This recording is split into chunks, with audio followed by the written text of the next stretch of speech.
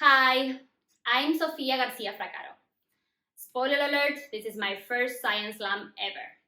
But I will do my best to engage you so much that at the end of my presentation, you will either want to become a part of my research team or a chemical operator. I really don't see any other possible outcome. Being online is quite challenging, but I will assume that everything that I said you find it very awesome and entertaining, because it is usually the case. We are all here in this virtual event of the European Congress of Chemical Engineering.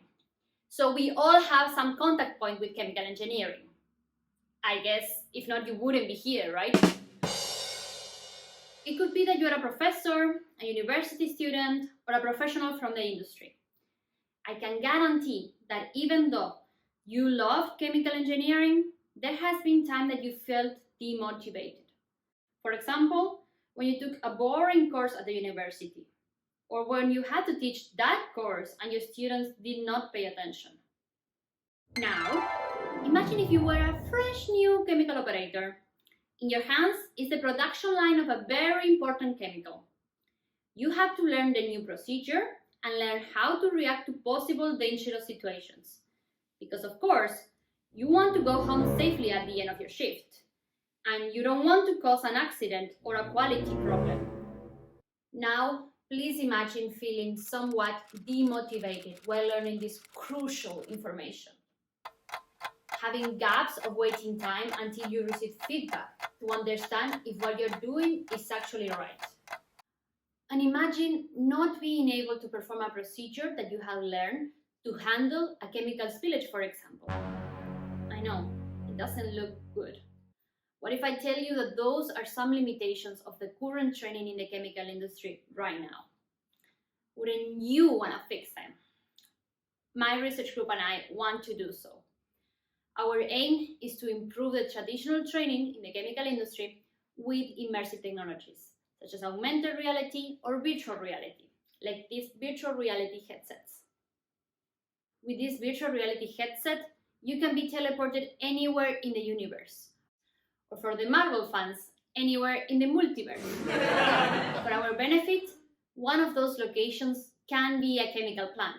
Very convenient, right? And we started thinking, where to begin? Deep breath. Is it actually possible to train chemical processes in virtual reality? Will operators learn what needs to be learned? For this, we did a comparison test. Here, we have a pilot plant in the chemical industry and a photorealistic representation of this pilot plant. Can you guess which one is which? You got it? We asked apprentices to perform a chemical procedure in both environments. Well, we actually asked 38 apprentices.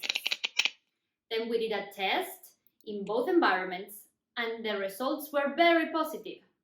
The participants that learned in virtual reality had a high score in the evaluation in virtual reality. Fantastic! But can they now operate a real chemical plant? For this, we asked the participants that learned in virtual reality to perform the procedure in the pilot plant, where they have never been before. Then, we compared the evaluations of the participants that learned in virtual reality and the ones that learned in the pilot plant. And guess what? We found out that both groups have the same score. Yay! You might be thinking, so what does this mean then? It means that now we have the first clear indications that the knowledge acquired in virtual reality is transferable to real pilot plant operations. Now we are developing another virtual reality prototype. Let me show it to you. Are you ready? This virtual reality prototype allows employees and you to operate a chemical reactor. We named it Operate Your Own Reactor, patent pending. The prototype has 3 floors and real equipment from a chemical plant. The operator will learn the procedure to produce a dangerous chemical, receiving feedback on run actions and learning analytics about their performance. And this prototype also includes potential emergency situations, even extreme ones, which are very unlikely to happen, but should be understood by the learners. In these situations, the learner has to make decisions to solve the problem and will be able to see the consequences of wrong actions in the virtual simulation. But of course, they can do all this training completely safely in an office. This year, we will test our prototype with more than 200 real chemical operators and apprentices from Germany, Belgium, and France. We want to evaluate the virtual training and recollect crucial information.